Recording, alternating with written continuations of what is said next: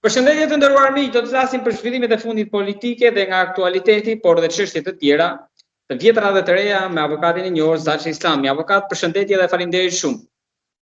Përshëndetje, edhe unë të falenderoj për ftesën. Avokat, do ta nisim me diçka personale, ju kam parë të irrituar një postim në rrjetet sociale për shkak të një gjobe që keni marrë. Që ju e quani me prapavi politike, pra një sulm me qëllim.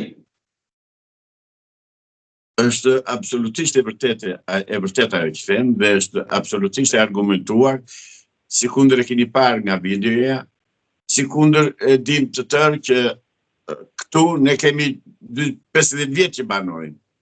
Dhe secili nga ne këtu të 6 shkallët që na ka bllokuar Edi Rama sa mori pushtetin në 2013, gjëja e parë që bëri, bllokoi rrugën këtu dhe e ktheu në gjasme në kështu në ambient lodrash për fëmijët, në një kohë që parkurinia është i tëri bosh gjatë gjithë ditës dhe fëmijët nuk vele që s'ka fëmijë tani, fëmijët kanë ikur.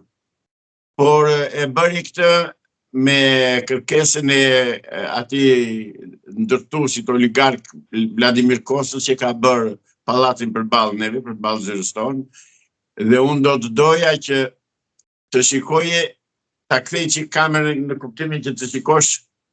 Po, do t'i transmetoj edhe pamjet, edhe pamjet që e momentit të gjopës. Për atë keni fjalën.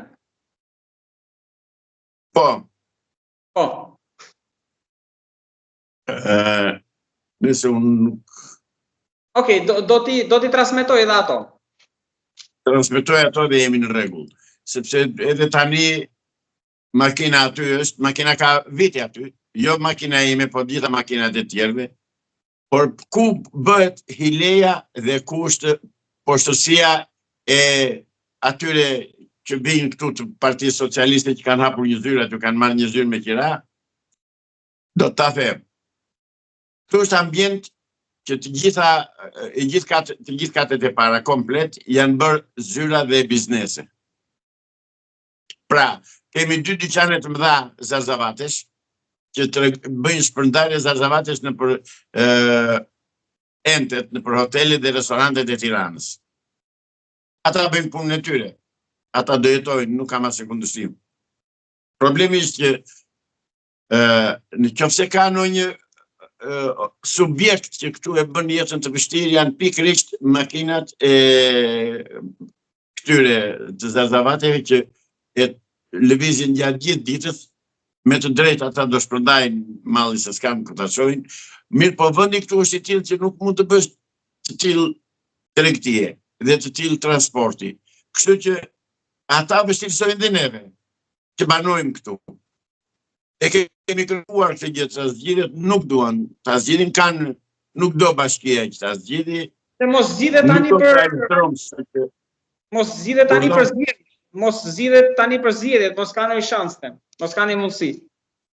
Nuk do bëhen zgjedhje, kështu që nuk ka për të zgjidhur, po ta kam thënë atë, po se përsërit prapë se nuk bëhen zgjedhje. Ka mbaruar ajo punë, shpreh ai kostum, shpreh me kohë. Megjithatë, pra avokat për ta mbyllur atë çështje, ju mendoni që qëndrimet tuaja kritike kanë sjellë edhe gjobën. Flet fakti, pardje unë bëra një intervistë me kolegun tuaj, pardje mbas dite bëra intervistën dhe kritikova partinë në pushtet dhe deri në mëngjes erdhën e punë gjoba, kishin 2 vjet që s'vinin gjoba. Si u kujtuan kështu? Fare rastësisht për të bërë gjoba. Këto edhe bufi i di. Madje më vjen keq dhe për këta banorët e tjerë të lagjes sepse për shkakun tim digjen dhe këta, po s'kam çfarë të bëj, s'mund të lësh pinë etiki. Ju tha ti di dhe bufi, për kë bufe keni fjalën? Urdhon? Ju tha që këto i di dhe bufi. Po për kë bufi? Nuk e kam fjalën për ata bufat e PSD-s, e kam fjalën për bufin zog. Ishte batut, avokat. Avokat, për të kaluar tek pjesa tjetër, çfarë prisin përpara zgjedhjeve që SPAK-u të ndërhyjë në fushat për të pasur goditje? Apo do të quhet një ndërhyrje e drejtësisë? Nuk e di çfarë pret SPAK-u, nuk jam në gjendje ta vlerësoj punën e tyre sepse s'kam asnjë të dhënë. Presim të tërë që të bëhen arrestime, si po thuhet ditë për ditë, dhe arrestime s'po shohim. Nga kush presin, si presin, kush i urdhëron, kush do t'i urdhërojë, çfarë do bëjnë, nuk e di. Por për të pritur priten arrestime. Tani se ku edhe se kysh nuk e di. Për të qenë janë të vonuar. Sepse këta, duke e parë që janë në ikje, nuk po lënë gjë pa vjedhur dhe pa grabitur dhe presion dhe terror pa përdorur.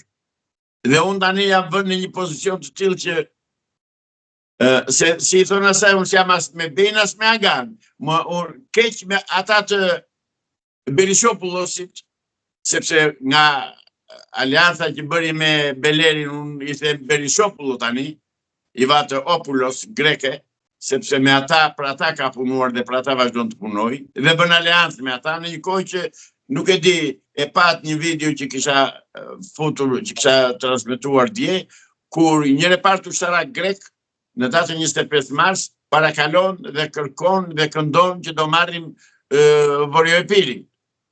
Dhe Sali Berisha vazhdon akoma të mbaj aliancë me të, unë nuk i kuptoj këta demokratët. Kanë sy në ballë këta, qorra janë apo janë të shitur dhe këta sjeri. Por jo vetëm Berisha, por edhe Rama, të dy ishin në Greqi. Ju si i shikoni qëndrimet e tyre në Greqi? Pra për çështjet e tjera, pse nuk folën për Çamërin për shembull? Po mos e me të vërtetë shpreson dhe që agentët e Greqisë se flasën për Çamërin. Unë të ideal me shkollë dhe ideal me eksperiencë, nuk mund të thuash ti këtë. Ta janë agentë të Greqisë o zotëri, janë shërbëtorë të kishës dhe të shtetit grek. Janë shërbëtorë të tyre. A kupton fjalën shërbëtorë, do me thënë, janë bëlëpirës të grekëve. Dhe praktikisht, jo më larg se sot, kishin edhe një tjetër video të Belerit, që thot e likoa, thot të ndalim zot Vorjoepirit. E kupto se ku po na çojnë këta janë tradhtarë o zotëri. Janë tradhtarë, më na tradhtojnë të tërve, tradhtojnë fëmijët tanë, familjet tona, tokën tonë, trullin tonë. Se janë këta që e mbajnë në këmbë ligjin 7051. Është ai Sali Berisha që i bëri u dha tokën në pronësi minoritarëve dhe i bëri, dhe dalën tani minoritarë, thonë mi autoktonë 2000 vjetë. Ata minoritarë që erdhen punëtorë në tokat e qeplingarëve të Delvinës e Gjirokastrës.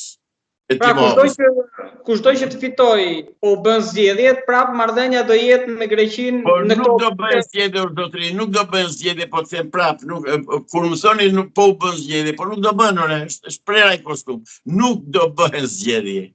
Avokat, keni informacion tjetër kur mund të jetë data që mund njoftohet ose afërsisht sa para zgjedhjeve që për këtë kthesën që nuk do bëhen? Jam në pritje dhe do rrit të pres me durim deri në datën 15 të këtij muaji, çfarë do bëhet me arrestimet. Sepse pres që mbas datës 15 të formohet qeveria teknike. Mirë po, shqiptarët nuk vjen tek partia Shpresa Demokrate, që të vjen djem dhe vajza me shkollë që të formohet qeveria teknike me njerëz me të vërtetë abdetar dhe të përgatitur dhe të formuar. Presen se çdo bëhet, akoma se kanë marrë vesh që nuk do bëhen zgjedhje. Dhe unë po ja u them juve tani këtu dhe ta dëgjojnë dhe teleshikuesit tuaj që menjëherë sa të fillojnë arrestimet, deri në datën 15 do bëhen ato arrestime që janë për të bërë, pra praktikisht nuk do bëhen zgjedhje, atëherë do shkojnë njerëzit të bëhen pjesë e partisë Shpresa Demokrate për të krijuar qeverinë teknike, sepse jemi shumë të vonuar. Këta po ecin ditë për ditë me galop në drejtim të terrorit që po ushtrojnë në popull, edhe të vjedhjeve. Avokat, niveli arrestimeve, se steka është ngritur te kryetari i bashkisë, tani do jetë më poshtë apo më lart? Jo, do jetë shumë më lart, dhe do jetë në 2 krahët. Do jetë në 2 krahët. Sali Berisha akoma nuk po bën transparencën, por i kanë sy të ballë këta demokratë apo jo. Nuk po bën transparencën ku i gjeti $2 milion që ja ka dhënë ai ati Çevit sa si e ka ai. Sherifit e keni fjalën. Po që ai një biznesmen amerikan që s'ka lidhje fare me politikën e shtetit amerikan dhe me këta, thonë me që erdhi nga Amerika, do na heq non grata neve, nuk i gjet non grata, ta flën mendjen. nuk hiqet non grata e Sali Berishës. Avokat. Sali Berisha nëse është patriot, që së shfare, është një mashtrues, duhet urgjentisht të jap dorë që të hap rrugë Partisë Demokratike dhe demokratëve të mirëfillt, po kryesisht të djathtëve të përndjekurve politikë që Sali Berisha i ka shkelur me këmbë gjatë gjithë kohës, gjatë gjithë këtyre 32 vjetëve, ku hap rrugën, sepse ka zënë rrugën aty dhe nuk kalon dot njeri më tutje. Të hap rrugën të krijohet një udhëheqje e Partisë Demokratike advetare, shqiptare, e djathtë, e mirëfillt, që të kthehen njerëzit në Shqipëri, të bëhet Shqipëria siç e kemi ndërruar. Apo flisi për një alternativë të pastër dhe qartë. Avokat, tek arrestimet bëhet fjalë tek oborri i Partisë Demokratike apo oborri familjar i Berishës? Informacionet tuaja. Në të dy rastet. Keni emra konkret që mundet? Unë kam ata emra konkret që diskutojnë për ditë në shtyp, s'kam të kem tjetër, se unë nuk i di. Nuk jam në zyrat e Spakut apo të byrës kombëtare të hetimit. Por arrestimet thuhet dhe dëgjojnë, siç dëgjoni dhe ju, që do fillojnë nga zëvendës kryeministrja, zonja Balluku, që del dhe i bën kashillëk popullit shqiptar, tallet. Do ja vetëm një rast. Hapën tunelin e Llogaras dhe u bë me ditirambe, me valle, me folklore, u bë një festival folklorik i vogël atje në Imar. Pse kanë mbyllur në Llogara? Pse kanë mbyllur? Kush është mbyllur? Tuneli i Llogaras? Po, është mbyllur, s'punon, ka qenë shtatori, nuk punon. E shkoj që shqiptarës dinë gjë fare, se kolegët tuaj nuk vjen me kamera atje të shikojnë çfarë po bëhet. Nuk vjen me kamera të shikojnë çfarë po bëhet. Dhe kur keni marrë të informacion? Kur? Nga njerëz, po edhe vetë kam kaluar atje për t'ikur për në Llogara dhe për kaluar nga tuneli dhe më thanë nuk punon. Shko me njerëz atje të gjallë. E kupton se s'po bëhet çfarë mashtrues janë këta, çfarë bandit dhe antikombëtar që janë këta, kjo klasë politike që po na qeverisë. Ndaj duhet të zhduken me themel të dy partitë e mëdha. Megjithatë ka pak shpresë, avokat, sepse para pak ditësh doli dhe lajmi që amerikanët janë rikthyer në SPAK. Amerikanët asnjëherë janë larguar nga SPAK-u në kuptimin zyrtar. Thjesht presidenti i Amerikës ndërpreu fondet e vjedhura dhe të grabitura nga George Sorosi, që i shpërndante për agjentët e tij dhe për të mbrojtur ata pedofilët e Amerikës e të Shqipërisë dhe të gjithë botës ku janë, u preu fondet atyre dhe natyrisht byra FBI-ja do vinte në Shqipëri, si kundër erdhi, si kundër e pat, që është aty dhe po vazhdon punën. Unë kam besim absolut tek ata zotëri, që ata do bëjnë atë punë për të cilën janë krijuar, sepse nuk ky Nosroku që drejton qeverinë shqiptare, ky thot e bëra unë, thot atë krijova unë, thot SPAK-u dhe BK-n. Po kaq të pafytyrë janë që gënjejmë, kaq i pacipës. Po këta që i vjen mbrapa, kaq idiot janë. Ja, po jo. Nuk janë ata të dy të parët të poshtër, janë dhe piramidat e tyre më të poshtër se ata, sepse ata po i mbajnë në krye. Avokat, atë ditë që vajtën me ato çantat e zeza këta amerikanë, që rikthyen ose mund ta themi që ishin për vizitë, aty kanë qenë. Pra kanë vajtur një takim i planifikuar, nëse do ta marrim në këtë aspekt. Mendoni që ky, pra rikthimi për herë të dytë ka qenë dhe me zarfe, me emra konkret apo? Dëgjoj, ata nuk mund të themi rikthimi për herë të dytë. Ata ndaluan për një farë kohe me urdhër të presidentit Amerikës dhe vazhduan punën. Jo se u rikthyen, ata këtu kanë qenë, zyrtarisht këtu kanë qenë. Punën e tyre e kanë vazhduar këtu dhe kolegët shqiptarë. Problemi është që ne presim, si thonë asaj, presim me shpirt të dhëm, kur do qërohen këta nga pushteti, kur. Kjo po na ha shpirtin. Pra, mendoni që kanë çuar apo jo emra? As bëhet fjalë fare, janë bërë listat gati, pra atë se diskutoj hiç unë. Ata gjatë gjithë kësaj kohe u shtrën që zarfat i kanë gati në tavolinë të fillojnë arrestimet kështu i shtrën SPAK-ut. Dhe ju dini mirë kush e ka thënë. I keni ndjekur. Po, avokat, po me zotin Velia e çfarë po bëhet? Akoma e llogarisin tek të gjallët? Kryetar bashkie, pavarësisht se ka deleguar, po është kryetar bashkie. Po, dhe ta mbaj, dhe ta lën akoma kryetar bashkie dhe bashkia është bërë katrahur, nuk e je qenit zotit tani.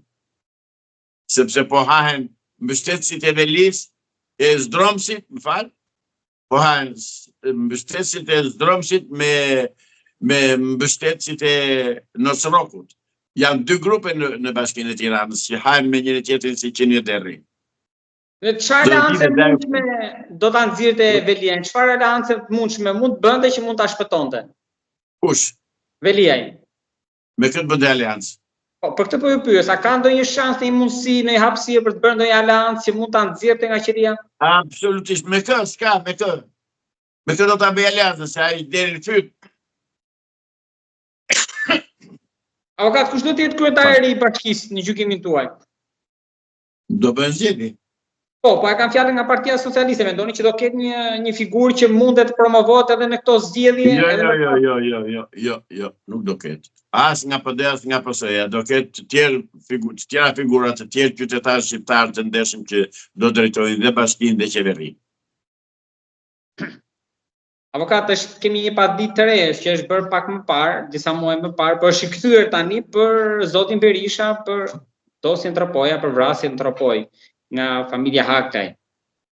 Ju si keni parë gjithë këto ngjarje, se ne s'kemi pasur mundësi që të diskutojmë edhe më parë, të marrë mendimin tuaj për atë që ka ndodhur më parë edhe tani. Pra, qysh nga fshati i zotit Berisha nga Viçidoli, largimi, shumë nga ata që thonë që e kanë përzënë, por atë që pasuan brapa vrasjet dhe akuzat.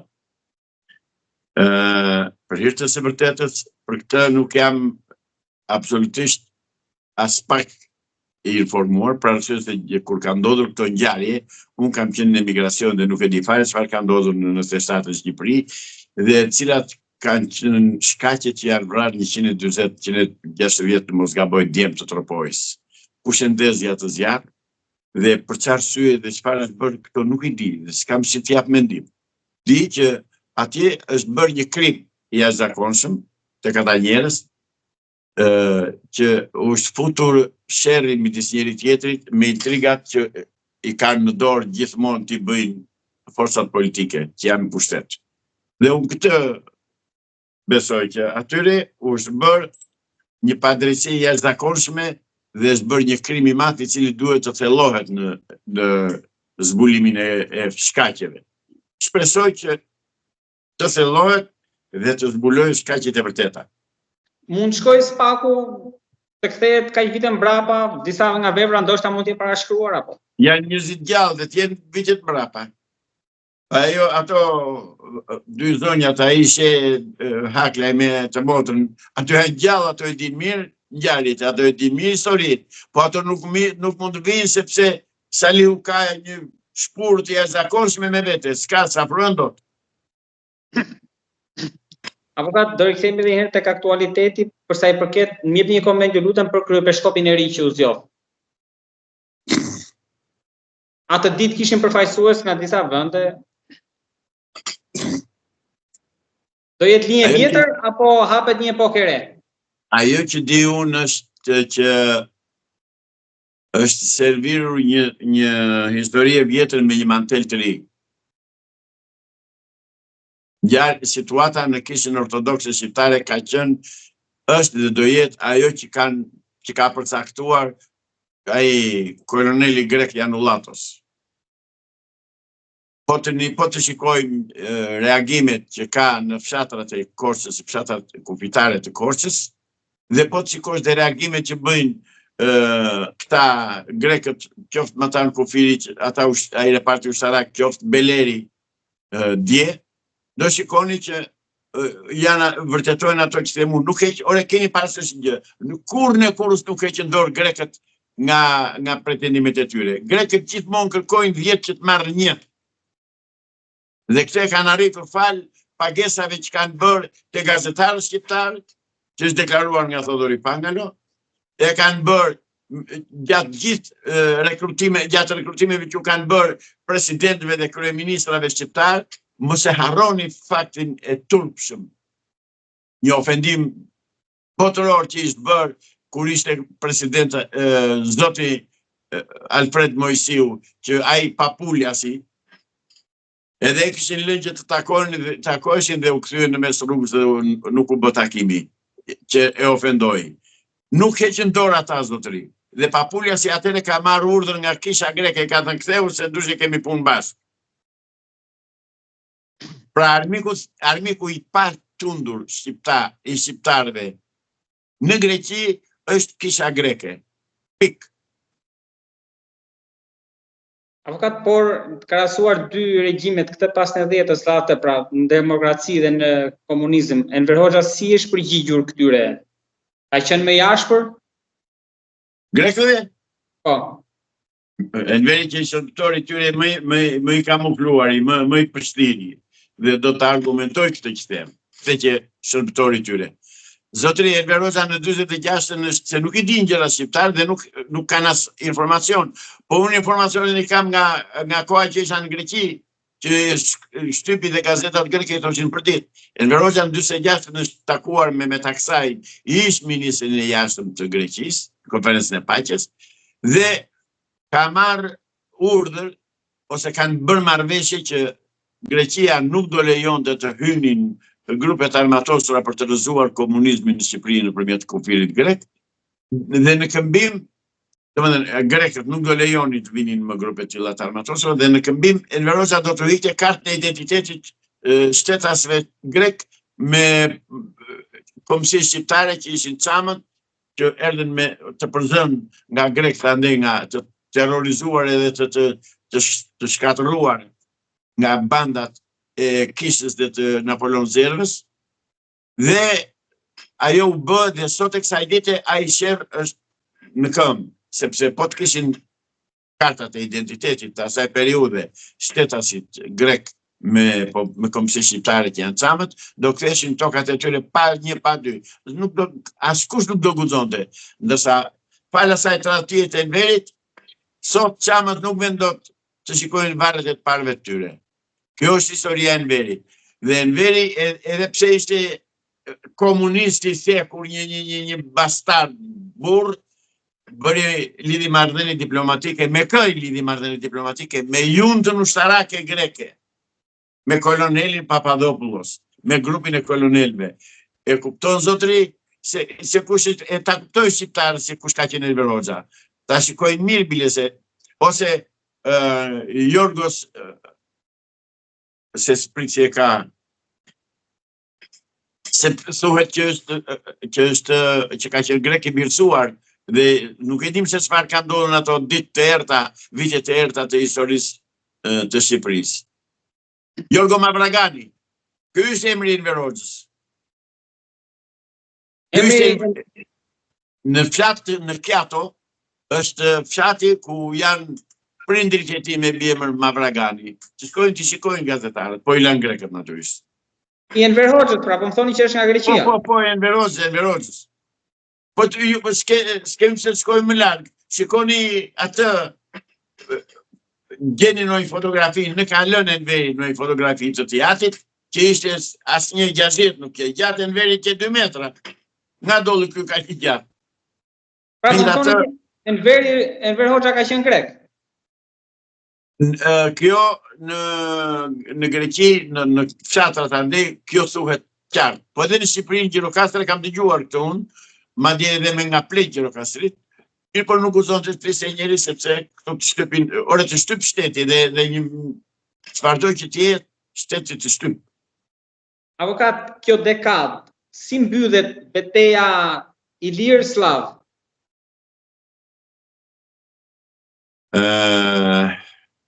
Ilirët do të çlirohen përfundimisht nga slavët dhe nga ortodoksët e perëndimit, e lindjes. Do të çlirohet. Do çlirohet njëherë për gjithmonë dhe drejta do shkoj hakat e Zotit, domethënë trojet shqiptare do çlirohen. Këtë besim kemi dhe këtë shpresë kemi nga Shtetet e Bashkuara të Amerikës. Pra, mendoni që do kemi një bashkim të trojeve tona? Këtë e mendoj dhe e besoj. E mendoj dhe e besoj. Do më thënë, e mendoj, e shpresoj dhe e besoj që do bëhet. Avokat, ju lutem jepni një mendim edhe për 2-3 çështje të aktualitetit së fundi, këtë skandalin se ju keni folur më parë dhe për në kohën e Covidit dhe më pas, por këtë skandalin tani të AKU-s, filetot e pulës me salmonellë në treg, përmbytje. Pronari që solli pulat e helmatisura në Shqipëri dhe mishin e helmatisur është thuhet sot lexova në media që është djali i tezës së Belinda Ballukut, kush i pari saja. E marrë vesh shqiptarë se çfarë po bëhet apo jo? Kjo është. Prandaj nuk shpohet asnjë gjë, asnjë nga këta, se këta janë një klik gangsterësh, kriminalësh, hajdutësh, palacos që qeverisin dhe drejtojnë vendin. Avokat, para 4 vitesh ju një shprehje që po na helmoj nga ajri. Ajo nuk është, ajo ka muaj tani që nuk po i shoh më infeksionet, këto spërkatjet nga ajri, ka muaj. Nuk e di tani se ç'po ndodh, por nuk po i shoh më, ja si se shikoni qiellin e keni të pasur tani, shihni ngjyrën blu, përpara nuk shihni ngjyrë blu. Para disa muaj ishit të i ftuar tek emisioni te podcasti Okulti Alfred Sakos. Ju rrëfej ndonjë sekret tjetër? Çfarë bisedua pas skene? Jo, nuk, po s'ka, ato janë sekrete, ato janë gjëra që duken. Unë nuk dëgjoj, zotëri, unë kur nuk bisedoj me sekrete dhe kur nuk bisedoj me gjëra që lënë të kuptohet. Jo, unë jam interes për drejt. Atë që di e them, atë që mendoj e them dhe nuk trëmem sepse nuk jam trim që të them gjërat pavërteta, gjërat pavërtetuara. Lidhur me spërkatjet, do gjej në internet avion janë të mbushur brenda me depozita, avion pasagjerësh, hequr karriket, ato ndëjset, mbushur me depozitat të cilat spërkasin gjatë fluturimit atë materialin që kanë brenda tyre. Të janë sekrete, i keni internet, mere kërkoj të shopës. Shkruaj të lartë me çfarë na spërkasin dhe do shikoj se do të vinë të tëra një për një. Avokat, çfarë ka ndodhur me rastin tuaj të Sarandës, vajzës që u mbyt apo e mbytën, që vazhdojnë gjykimi, që kemi folur edhe pak javë më parë? Vazhdojnë gjykin në Vlorë, vazhdojnë pyetja e dëshmitarëve, ka qenë atë ditë atje në Bosh. Nuk është bërë hetim i plot. Ajo çështje u sabotua që ditën e parë që ndodhi ngjarja nëpërmjet prokurorit të korruptuar Lorenz Mërkuri. Ajo vajti humbi, domethënë, thjesht se nuk kishte njeri për ta mbrojtur. Keni biseduar me familjarët e saj pas edhe rastit të emisionit, edhe reagimit tuaj? Po, patjetër. Madje erdhën ata banditit e piranjave këtu, se hyn tamë si bandit, ata nuk hyn si qytetar, si njerëz, si gazetar. Dhe kur i pyeta thash keni biseduar me nënën e vajzës, e keni gjallë, jo po s'kemi vajtur, po ku vini pa biseduar me ata, ku shkoni? E njëma çfarë ju ka thënë juve pas asaj ngjarje, pas këtij emisioni? Duhet vinin të komunikonin me mua, ata s'kanë ardhur tek unë dhe kanë bërë shumë gabim sa që nuk kanë ardhur tek unë. Po nga pala tjetër që ju akuzoni, pra familja, keni pas një reagim, ju personalisht apo familja? Jo, nuk guxojnë të më afrojnë mua ata. Ka reaguar një vëlla po kushëri pari ati rrugasit që e vrau vajzën, ka reaguar tek ajo te televizioni me zemër të hapur, madje edhe kërcënoi, tha do ta padisim avokatit, tha se po mashtron, tha. Mirë, po tani se shoh të bëhet trim, të dal përballë mua dhe të shikojmë se si ishte vërteta. Nuk e mban. Pra padi ju nuk jeni njoftuar për një padi të re? As bëhet fjalë fare, ai u tregua trim, e di pse bëhet trim ata, se ai është në kryesinë e Partisë Demokratike, në kryesinë e madhe, dhe i duke vetja që çoç di dhe çokush është. Maten mi hien e mëngjesit këta zotëri. Avokat, edhe diçka ju lutem, ju jeni ftuar shpesh për trajtuar dhe për diskutuar fenomene, çështje sociale që shqetësojnë shoqërinë tonë. Edhe keni dhënë mendimin, gjykimin tuaj, opinionin ligjor, pra anën ligjore, por misteret në vitet e fundit që na kanë shoqëruar janë të shumta për shumë ngjarje. Ajo Ervis Markina kishte një që s'ka marrë përgjigje, por mbi të gjitha ka qenë dhe rasti Bleona Matës. Ju besoj keni diskutuar për të. Si mendoni që ka qenë ajo ngjarje, se nuk ju kam pyetur ndonjëherë? Të dy ngjarjet shteti i di.